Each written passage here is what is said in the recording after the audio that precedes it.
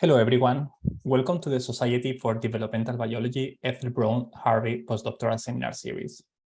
This month's seminar is generously sponsored by the Note. My name is Héctor Sanchez-Iranzo, and I'm based at the Karlsruhe Institute of Technology, and will be moderating today with Whitney Edwards, a postdoc at University of North Carolina at Chapel Hill. We are excited to highlight the work of our outstanding postdoctoral members. Today, Natalia Bottasso Arias from Cincinnati Children's Hospital and Jeremy Sandler from Stowers Institute for Medical Research will share their research. Each speaker will give a 20-minute talk followed by 10 minutes of Q&A. Please enter your questions in the Zoom Q&A box at any point during the talk, and the moderators will read them out once the talk is finished. It's my great pleasure to introduce now Natalia Bottasso Arias. Natalia studied biochemistry at the La Plata University and did her PhD in that university, where she studied the role of fatty acid binding proteins. She's currently based at Cincinnati Children's Hospital working with Deborah Sinner on understanding the molecular basis of large airways malformation. Today, Natalia will tell us about her fascinating work on how mesenchymal BMP4 influences left-right pulmonary asymmetry in mouse developing lung. And I am very excited to hear your work. Natalia, go ahead whenever you're ready. I'm going to share my screen.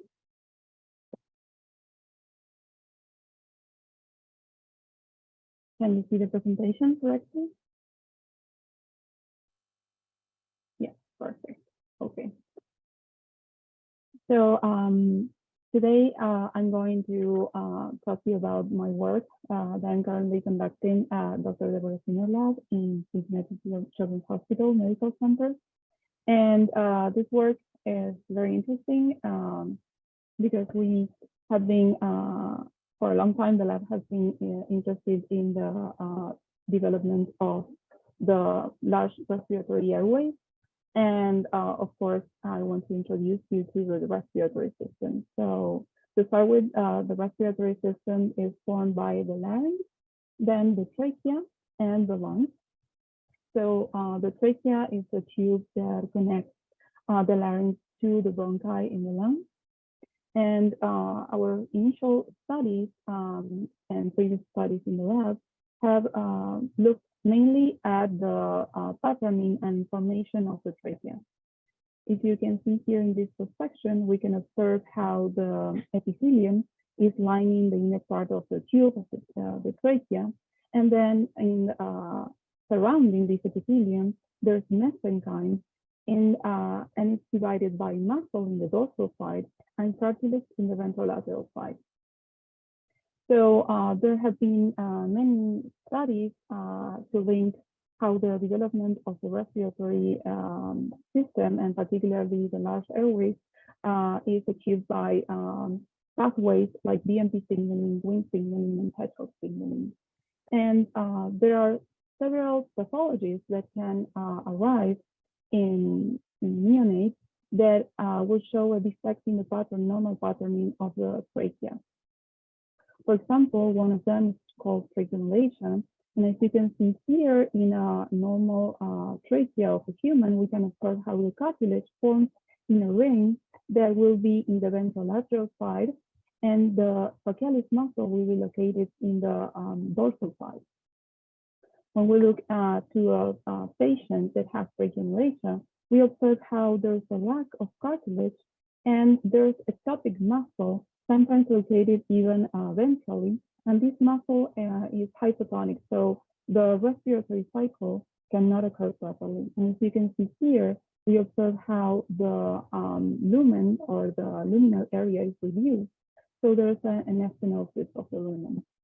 These pathologies are highly prevalent, and many of them resolve with time, but sometimes they don't, and currently there are no specific treatments to remediate this pathology. And there are several pathways that have been proposed as important for the development of the trachea, and one of them is Wnt signaling. So Wnt signaling is a pathway that is involved in the development of the respiratory tract. And here, when we, in previous studies in the lab, have shown that when we delete Wnt signaling from the epithelium, we observe a marked impact in the development of the whole respiratory tract. For example, we can observe that the trachea, compared to the control trachea, does not form normal rings, and also that cartilage that is absent now, as we can observe here in these images, is absent in the mutant, is replaced by a topic muscle. And if we look at these hormones, we also observe how the lungs are highly hypoplastic.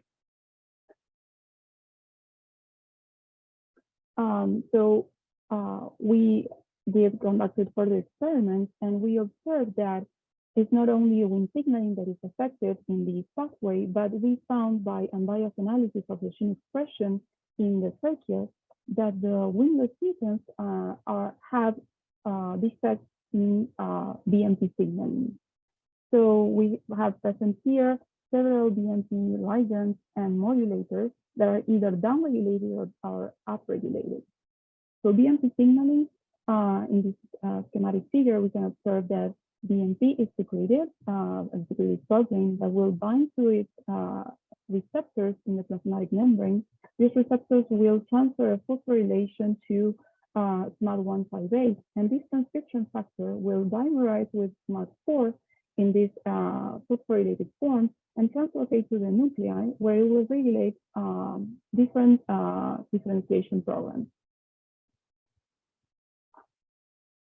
When we measured and we tried to validate the results that we observed in the RNA sequencing, we observed that BMP4 is normally located in the ventral region and particularly the mesenchyme of the trachea. And when we delete wingless, I didn't tell before, but it's a cargo receptor from Wnt signaling.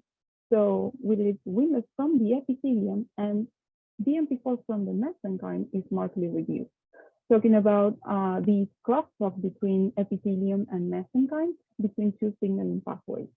And if we look further down the signaling pathway of BMP, we observe that phosphosMAD here in red is practically absent in the wingless mutant.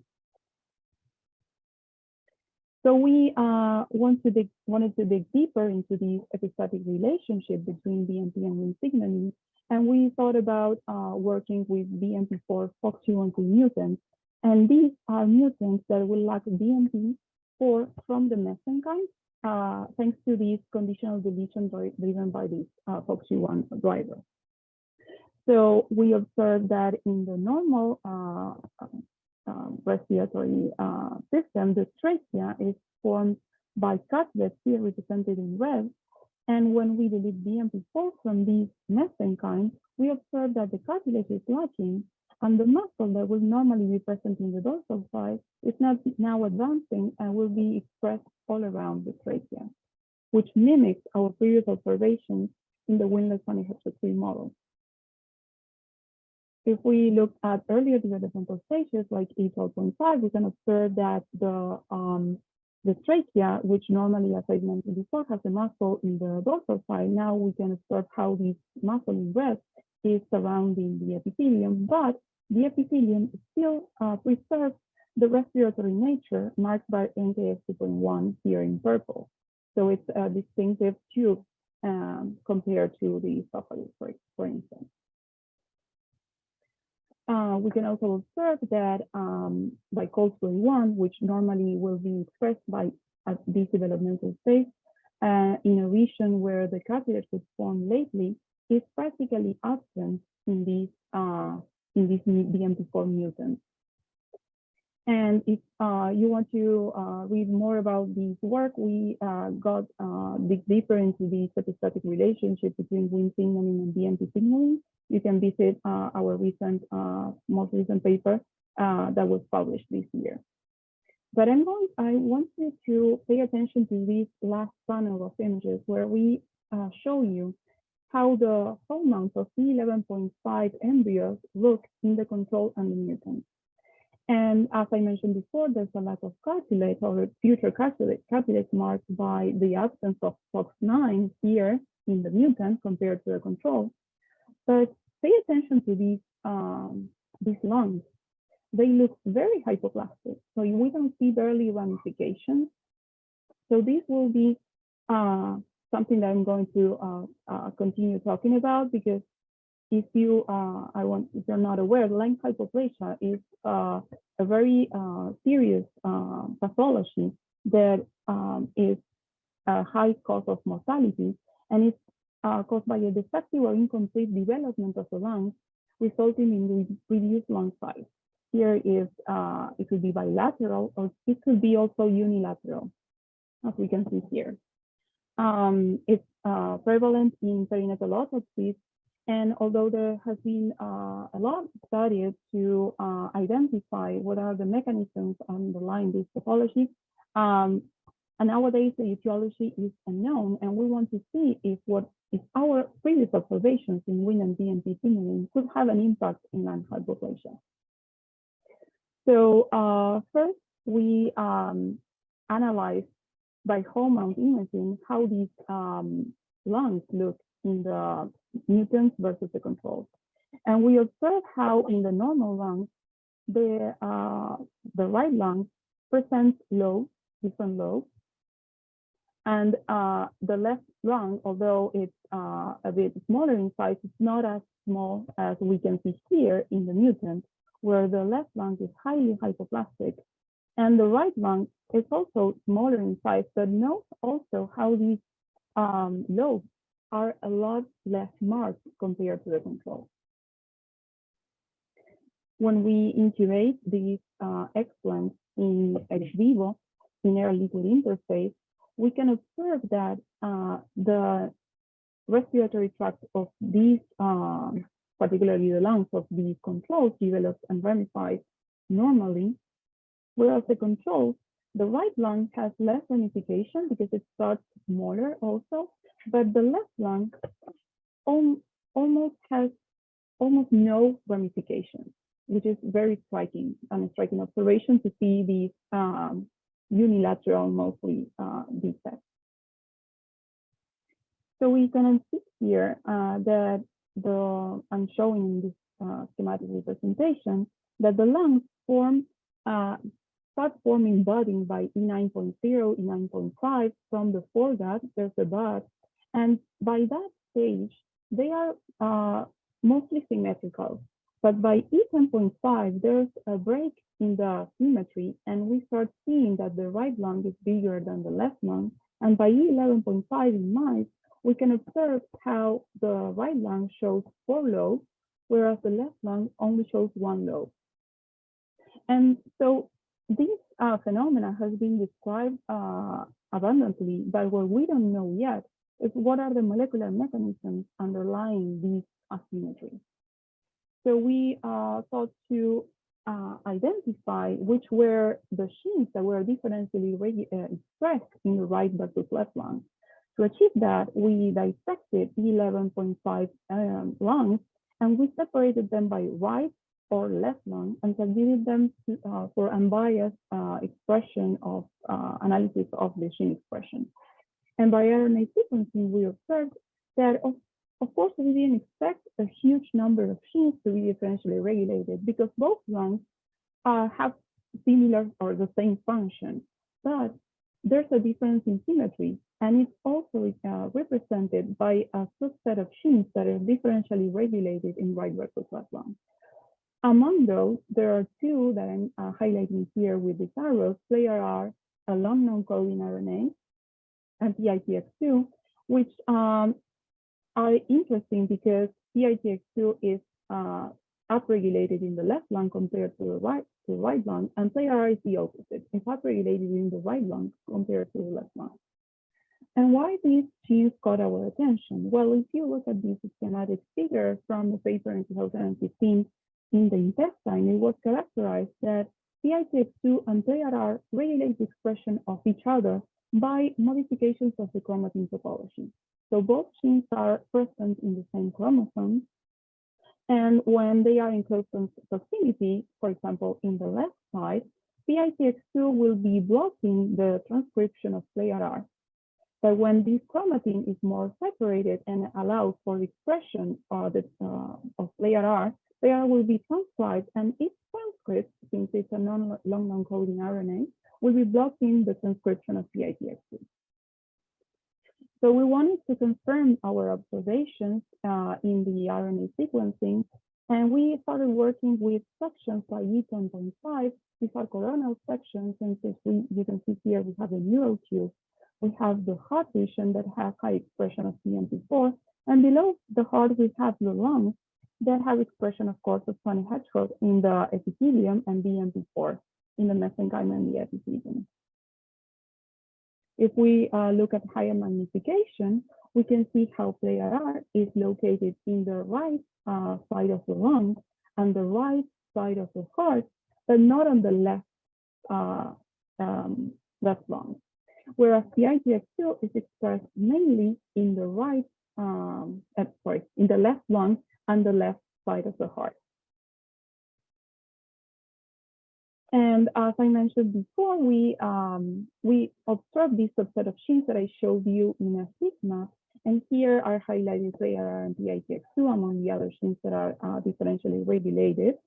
And when we observe what happens in the mutants have a representation of what we observe as a smaller left lung compared to the right lung, correlates to a much higher number of genes that are differentially regulated in right versus left lung.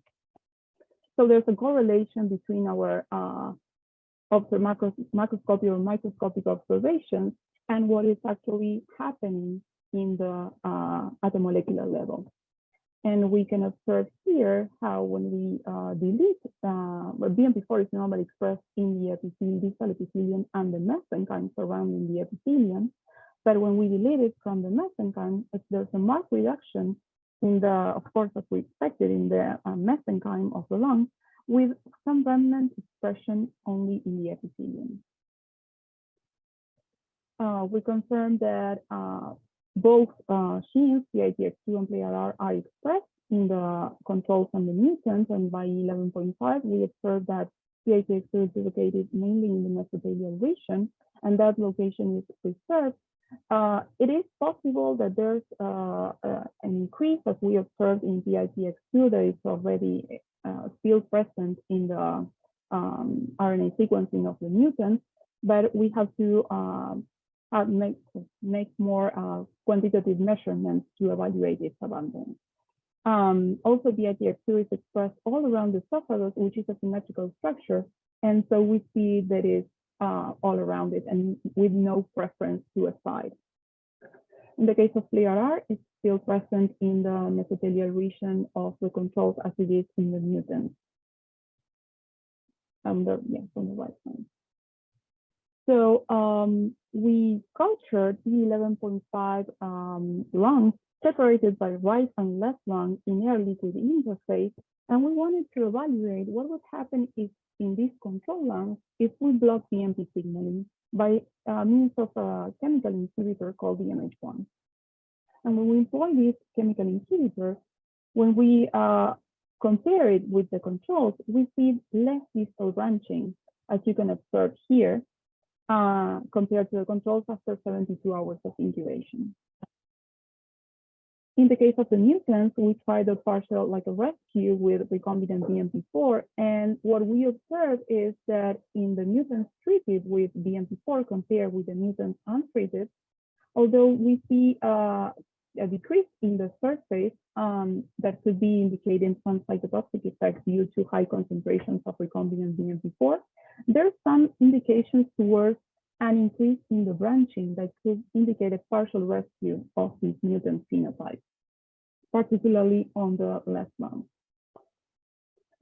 We used these explants after they were incubated, and we performed RT-PCR analysis. We confirmed that the mutants, as expected, have much lower or almost non-expression of BMP4.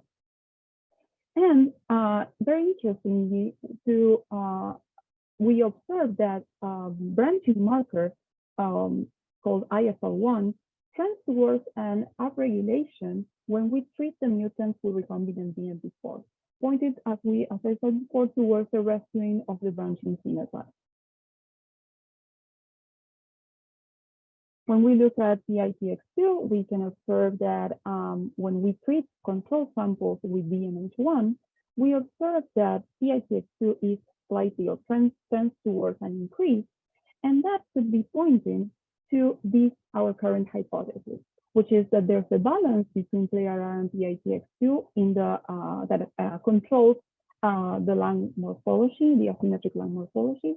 But BMP4 is somehow limiting the effect of PITX2, because when BMP4 is absent, we see that PITX2 is even more expressed in the left lung. And as I just showed you here, we can see that the left lung is very small. So we need to, BMP4 will be balancing the effect that PITX2 has on the asymmetric lung morphogen. 1 minute. Thank you. So our last and most current studies are pointing towards another very interesting role for BMP4 that could be an addition to what we have already observed. So in collaboration with Tobias Dieves from Midwestern University in Arizona, we are currently conducting studies on the morphogenesis of the larynx. And in these whole mounts, what we can observe is that the control has in green the cartilage and the muscle, and the larynx is a symmetrical structure that when we delete BMP4 from the mesenchyme, you see how this structure looks very different from the control. It has structural defects that are currently under study, and particularly I want to show you how the muscle seems to be, the insertion of the muscle seems to be different between right and left side. So this observation leads us to think that BMP4 would have a broad effect on the asymmetric formation of the whole respiratory tract, also controlling how symmetric structures are formed. And in its absence, we can see that this becomes more evident. So in the future, we would like to study further how is the muscle restricted to the dorsal mesenchyme of the trachea, because that has been something that we've been long interested in, and also dig deeper into the role of PITX2 and PLRR in mutant and control lungs. One of the pathways that we're following towards that is employing lentivirus particles to modulate the expression of PITX2 and observe how in ex vivo lung morphogenesis, how these lungs are developing. I would like to thank particularly Dr. Sinner for giving me this space. Today it's actually 3 years that I'm here. So it's an honor, and I would like to thank all the members of the lab and to our sponsors, the NIH and CCHMC Children, for the Arnold Strauss Award that was given to me last year to develop this research. Thank you very much.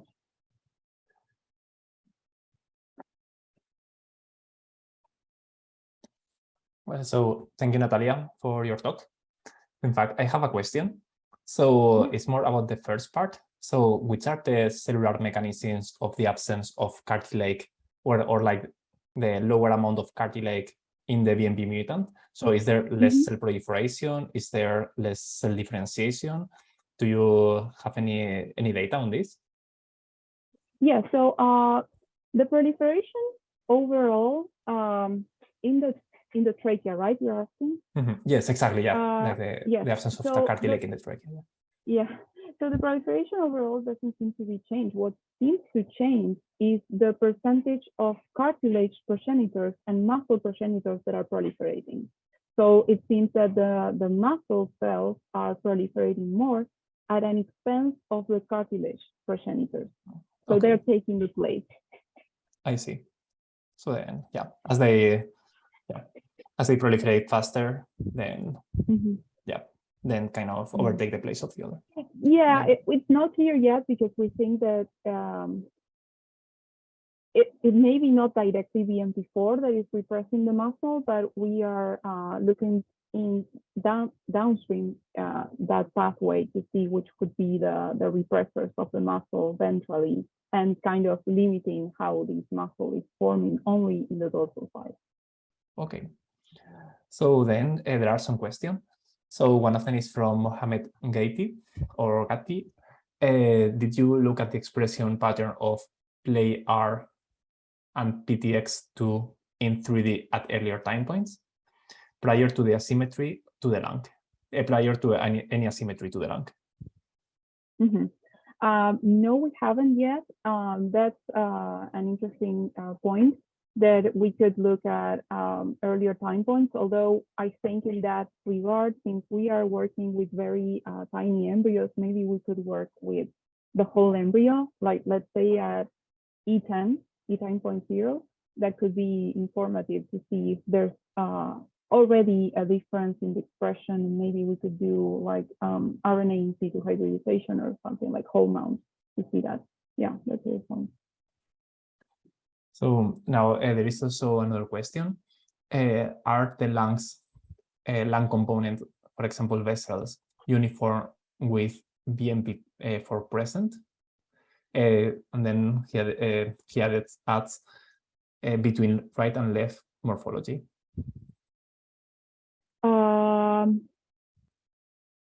When you say components, I'm not sure if you're pointed towards, I mean, the structure of the lung, even in the mutants, is preserved. So we still have proximal lung, distal lung, and the vasculature seems to be also preserved, but everything is smaller. My first guess would be that no, there's no difference in the vasculature, but I'm not an expert in that field, and we could look deeper into that. Yeah. Thank you. Okay, so thank you very much. So if there are any questions, then I think we will continue with the following speaker. Yeah, thank you. Thank you again for your great talk. I'm very interested. Thank you. Okay, it is my pleasure to now introduce Jeremy Sandler. Jeremy received his PhD from the California Institute of Technology, where he worked with Dr. Angela Stathopoulos on genome activation and regulation of signaling and rapidly dividing Drosophila embryos. Jeremy is now at the Stowers Research Institute for Medical Research, where he is an NIH F32 funded postdoc, and the lab of Dr. Piotrowski, where his work focuses on investigating mechanisms that drive zebrafish regeneration. I'm excited to hear your talk today, Jeremy, so please take it away. Thank you. I'm just going to share my screen and get started.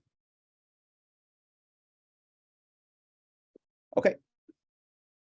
So I'm going to tell you today about my project looking at the transcription factor PRDM1 and how it drives a regeneration fate switch in zebrafish. And this all really comes from a single point mutation, which is kind of really cool to think about.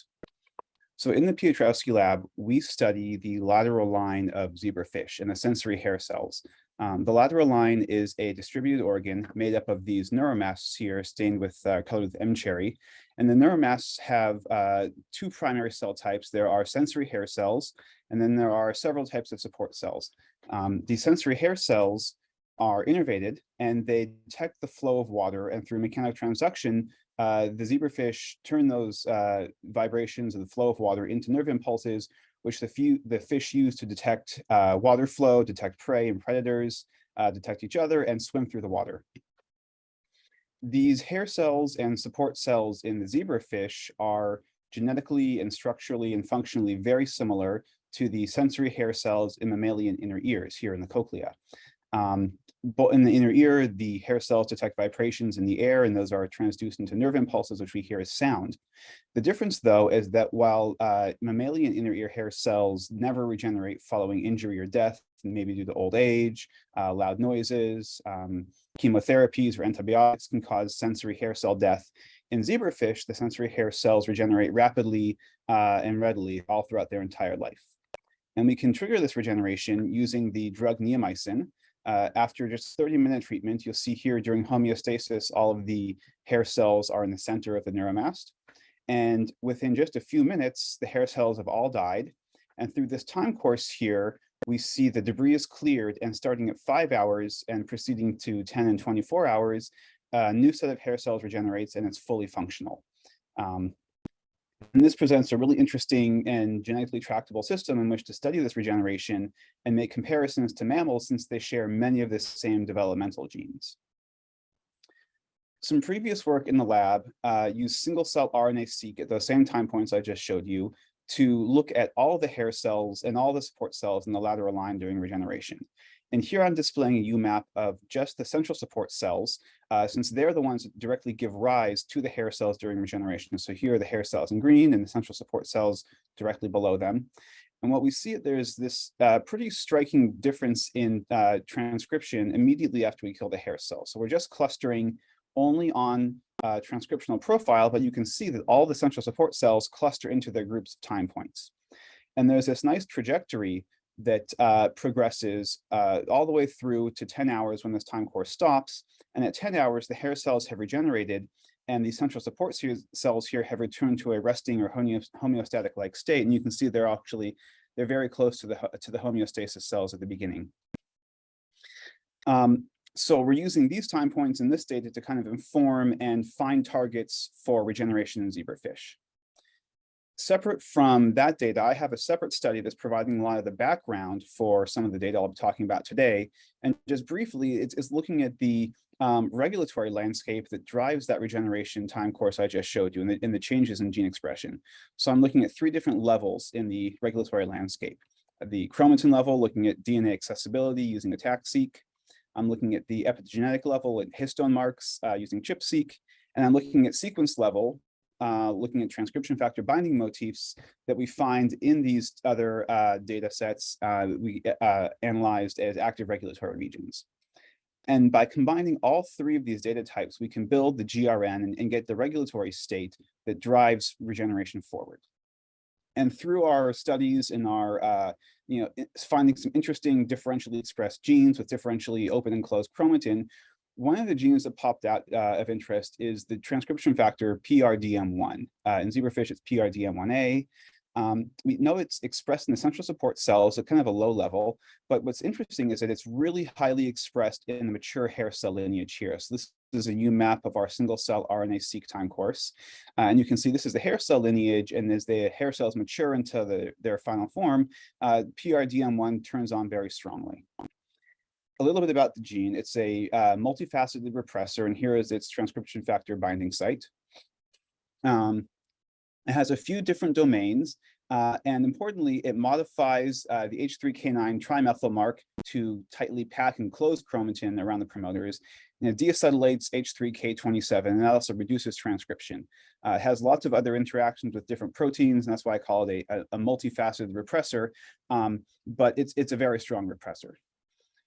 Previous research has shown that it's also involved in cell fate decisions in beta lymphocytes, in hematopoiesis. It's known as BLIMP1 in the mouse originally, also in retina cells and photoreceptors when deciding what type of photoreceptors will be differentiated and developed into. PRDM1 is at the core of both of these processes. So this all gave us some clues as to maybe look at PRDM a little bit closer and think, how could it be involved in hair cell maturation and differentiation? So I did an in situ time course looking at the expression of PRDM1 in the lateral line. So here is a neuromast, and this is the HCR probe for PRDM1 itself. And you can see here in the inverted version, it's expressed during homeostasis only in the hair cells, which are in the center of the neuromast. When we kill the hair cells here at 0 minutes, we can see its expression almost completely goes away. It's maybe found in a couple of fragmenting or dying hair cells, but nowhere else.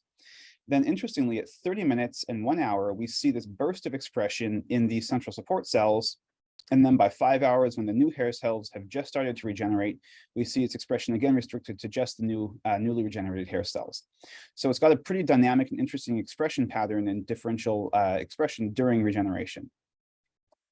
We also have a mutant for PRDM1 in the lab, and it's a stop codon that basically cuts off the entire zinc finger domain so that the transcription factor can no longer bind to DNA and function. And when we look at the siblings and the mutants and count the number of hair cells, it's pretty striking. You can see the hair cells here in red, both at 5 and 7 days post-fertilization. And in the mutants, there are far fewer hair cells in both of these images. And we can quantify this over developmental time and see that in the sibling here in the white boxes, there is this constant developmental trajectory to increase the number of hair cells up until about 7 days post-fertilization when they finally level off. But in the mutant, even at 2 days, when we see the very first hair cells developing, there's already a difference in the number of hair cells. And this difference increases throughout time. And starting at 3 days, the number of hair cells levels off and never increases like we see in these siblings. So we can see there's this really striking and severe developmental deficiency for the hair cells in the PRDM1 mutants. I also looked at regeneration. So we killed the hair cells at 5 days post-fertilization, waited 48 hours for regeneration to finish, and then counted the hair cells. And again, you can see clearly in these images, there are far fewer hair cells in the neuromass of the mutant, and then that's confirmed through quantification. This is actually an even larger difference than during homeostasis. So clearly, this transcription factor has roles in both development and the regeneration of hair cells. In other tissues and in other model systems, PRDM1 has also been implicated in proliferation. So I stained using EDU for proliferating cells. So all of the cells that are divided in this time course are marked in green here. And you can see that in the sibling, there are these 2 poles of proliferating cells in the dorsal and ventral regions of the neuromass, and this is where we see them usually. But in the mutant, we see a pretty drastic decrease in the number of proliferating cells in the lateral line. And these cells here are actually skin cells outside of the neuromass. During regeneration, we see an even larger difference again. We expect a burst of proliferation in the sibling after regeneration as the support cells have to divide and proliferate to regenerate these hair cells, and indeed that's exactly what we see. But in the mutant, the proliferation and the EDU staining is quite reduced. So in addition to development and regeneration, now PRDM1 also has a role that we can see in proliferation, which is integral and key in development. I noticed something interesting, and that's that many of the hair cells in the PRDM1 mutant are EDU negative.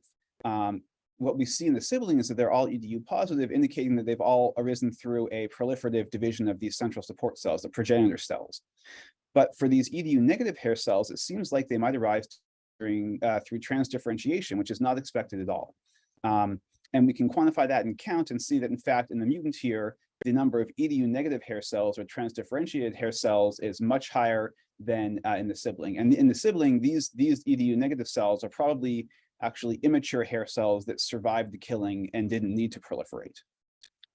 We can look in the ear here. The cristae are sensory patches in the ear, and compare those to the sensory hair cells in the neuromass and see that when we kill the hair cells, the ear shows very low EDU incorporation. So it looks like in the zebrafish inner ear, even though there are hair cells there, they proliferate, they regenerate through direct transdifferentiation from their support cells. So this is kind of the clue that PRDM1 might be pushing the lateral line cells, which normally proliferate, into a non-proliferative ear hair cell state. And to add a little more evidence to that, I counted the number of cells during homeostasis and during regeneration, total number of cells, and found that during homeostasis, there are fewer cells in the mutant, which makes sense because there are fewer hair cells in general. But after regeneration, the number of cells in the mutant decreased even further. And it actually matches up exactly with the number of non-proliferating hair cells in the mutant. So these would normally have been derived from a division of central support cells and returned and replenished to the original number of cells, as you can see here in the sibling. But without this proliferation, transdifferentiation actually depletes the support cell pool, kind of providing more evidence that this is a different kind of regeneration in these hair cells. So to further investigate, I really wanted to know how PRDM1 helps regenerate a hair cell. That's the big question. So here's the expression of PRDM1 in the zebrafish. And this is a whole embryo, or the anterior part of an embryo. Here's the eye, here's the fin, and then here is the ear. And you can see that there are some neuromasts on the surface of the head. These are lateral line neuromasts on the surface, but there are also sensory patches inside the ear. So there are 3 cristae and macula inside the ear. And you can see that these cristae have no staining for PRDM1. So PRDM1 is really only expressed in the lateral line, but not in the ear. So I performed single-cell RNA-seq on the mutants and the siblings, and it looks like there's actually a fate switch happening in an alternate trajectory in the hair cells.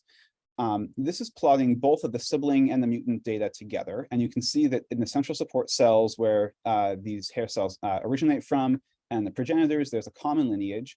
But here, when they are young hair cells, there's a lineage split, and there are 2 different populations of young and mature hair cells. And when we color code these by mutant versus sibling, it's actually quite striking that there is a completely separate trajectory and separate fate for the mutant hair cells versus the sibling normal lateral line hair cells. And this actually presents us with a pretty cool model to study where we have 2 different sensory populations that arise from a common lineage, and there's a split late in differentiation and terminal development. So this is a really cool way to study genetically a set of cells with a common genetic pool, but have different terminal fates. So I looked into the data and found a set of ectopically expressed genes only in the hair cells here of the mutants. So I'm showing this gene pValve9. It's the most upregulated gene in the data set, and also LHFP5A. And you can see in the siblings, they're not expressed in the sibling hair cells at all. So these are really exclusive to the mutant. I did some in situ stainings, both using HCR and colorimetric in situs for both of these genes, and we can see that in the sibling, there's no expression as expected, and in the mutant, the expression is restricted just to the hair cells. So I gathered several more of these genes and did a literature search and found that both in zebrafish and in the mouse orthologs, they're expressed primarily in the inner ear hair cells, not the lateral line.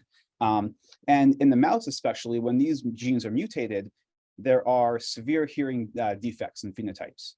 So it looks like there's actually a transition where there's this whole set of genes that have usual inner ear identity that are expressed now in the mutant.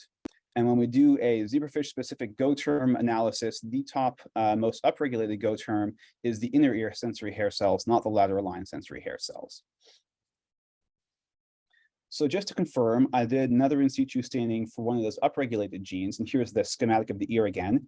And here is the in situ staining. You can see in these 2 macula, it's pValve9 is highly expressed.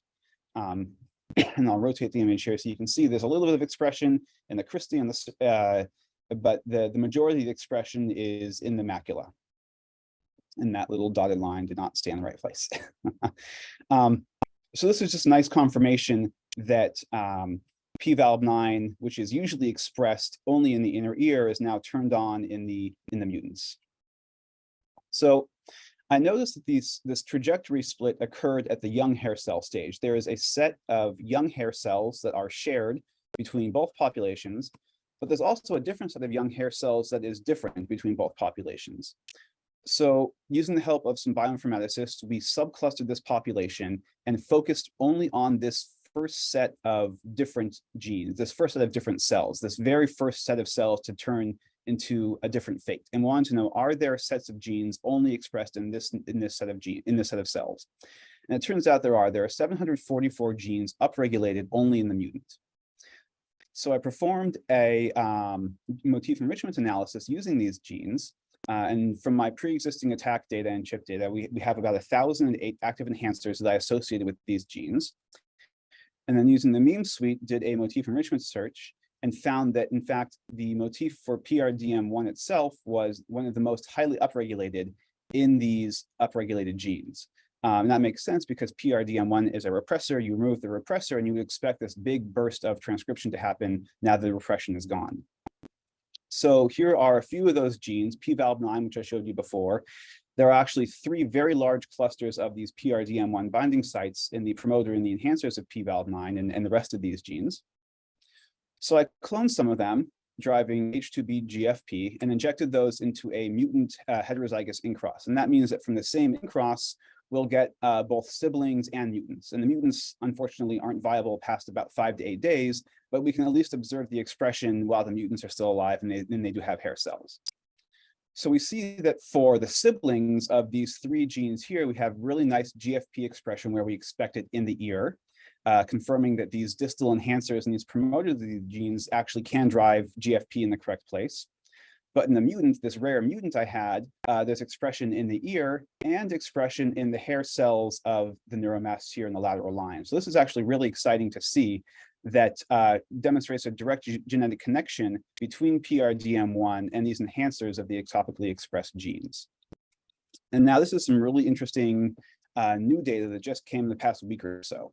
I wanted to try and reverse the fate switch. Instead of having a mutant and having an inner ear fate in the lateral line, I wanted to ectopically express PRDM1 in the ear and try and reverse the fate switch and show that I can get proliferation in the ear.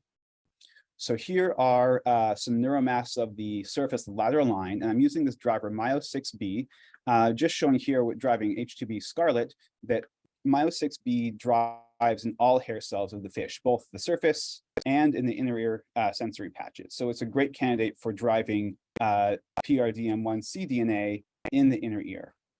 So that's exactly what I did.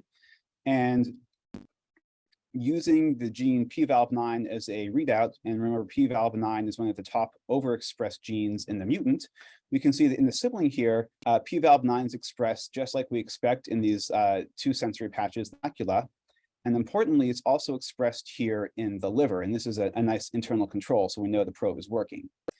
In the mutant, where I'm driving PRDM1 ectopically, the expression of pValve9 almost completely disappears in the ear. And this is really nice to see, that, especially because the liver is still stained with the pValve9 expression without the driver. So this is a really nice indication that PRDM1 is able to reverse the fate switch and actually suppress the ear hair cell state in the ear and maybe transition to a more lateral line hair cell state. So in summary, I've showed you that PRDM1 plays a dual role in the lateral line. It both promotes proliferation during development and regeneration, and it specifies the lateral line hair cell fate and represses the ear hair cell fate. When PRDM was mutated, we observed a fate switch from to an inner ear hair cell state with different proliferative and regenerative capacities. And this is really important because in the mammals, we know there is no regeneration. And there have been studies in the mammals to use a cocktail of transcription factors to try and force those support cells to regenerate into hair cells. But they've all really not been successful because there's been no proliferation, just a little bit of transdifferentiation and no functional hair cells. So maybe integrating PRDM1 as another member of this transcription factor cocktail could help further these studies in mammals and increase experimental success in regenerating mammalian hearing. So in the future, I'll be performing ATAC-seq in the mutant lateral line because one of the hypotheses is that PRDM1 is closing enhancers and shutting off inner ear genes. So maybe in the mutant, I'll be able to see those enhancers opening back up. And also deleting PRDM1 binding sites from those reporters I showed you to demonstrate even more functional interactions between the transcription factor and its target genes. So I'll stop here and just thank some members of the lab, Tatiana, my advisor, for her help and support, other members of the core facilities and computational biology for help generating the data, and the NIDCD for funding with my F32 fellowship. And I am happy to take any questions. All right, thank you, Jeremy. That was a great talk. You already have quite a few questions, so let's go ahead and dive in. So okay. Aaron Steiner asked, might the PRD1 mutant encode a dominant negative rather than a null, since the DNA binding domain is deleted, but other domains involved in protein binding remain? Yeah, that's something I had thought about. There are other mutants of PRDM1 with different point mutations or frame shifts, and they display different severities. So dominant negative is definitely a possibility. We usually see a dominant negative where I've seen it before, where the DNA binding domain is intact, but the protein dimerization domain has been deleted and mutated. So it is possible, though, yeah. Okay. Ben Gilbert said, is the PRDM1 expression pattern consistent in the mouse utricle, which I think you may have touched on a little bit. Yeah, so we have collaborators in the mouse, and we've looked through their data, and PRDM1 is also not expressed in the mouse ear hair cells.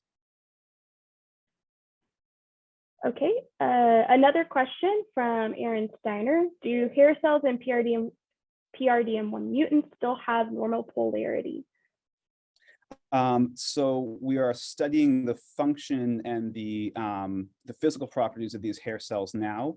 We're going to be doing some calcium imaging, looking to see if they respond to the same wavelengths, because we know that ear hair cells and lateral line hair cells actually respond to different wavelengths of vibration. And also, yeah, looking at just the physical properties to see if the mutant hair cells do assume a different state like the ear hair cells do. That's a great question. Right. And we have a question from David Grunwald. In the mutant, when lateral hairline cells are killed and regeneration is allowed to occur, it appears that the starting number of hair cells are recreated. These arise through transdifferentiation. What regulates the number of hair cells that are created? Why aren't the support cells depleted due to transdifferentiation? That's a good question. I don't think we know exactly how the number of hair cells is regulated and how it levels off at homeostasis during development. It might have something to do with just the physical size and constraints of the neuromast. Or yeah, that's what I could think of.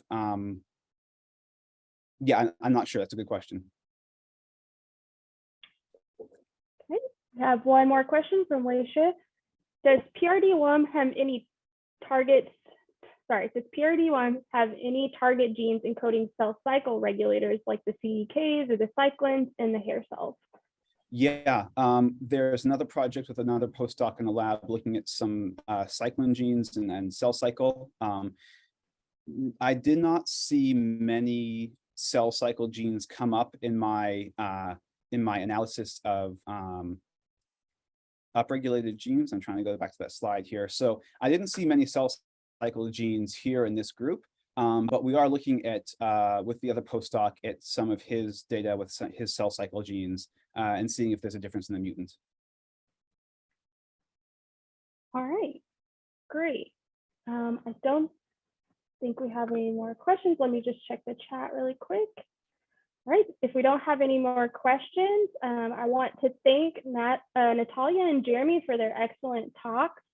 Just as a reminder, this seminar has been recorded and it will be available on the SDB website starting Monday. So now I would actually like to introduce the full list of speakers for the 2022-2023 season of the Ethel Browne Harvey Postdoctoral Seminar Series. Okay, so we would like to congratulate all of our invited speakers. So this includes both, obviously, Natalia and Jeremy, but also Leslie Slota-Burt from Duke University, Ha-Young Kwon from Oklahoma Medical Research Foundation, Lydia Gurmai from the University of Pittsburgh, Don Van Dieren from the University of Utah School of Medicine, Hirini Iyer from Stanford University, Sandeep Gupta from the University of California, Los Angeles, John Capinelli from the University of California, Santa Barbara, Jia Li from University of Washington, Daniel Medina Cano from Memorial Sloan Kettering Cancer Center, Lauren Walker from the University of Pennsylvania, Ashwin Lokapalli from Northeastern University, Harini Ramalingam from the University of Texas Southwestern Medical Center, Louis Prahl from the University of Pennsylvania, Eliza Zhang from Stanford University, and Stanley Michikani from the University of Colorado Anschutz Medical Campus. So a big congratulations to our speakers today and all of the invited speakers.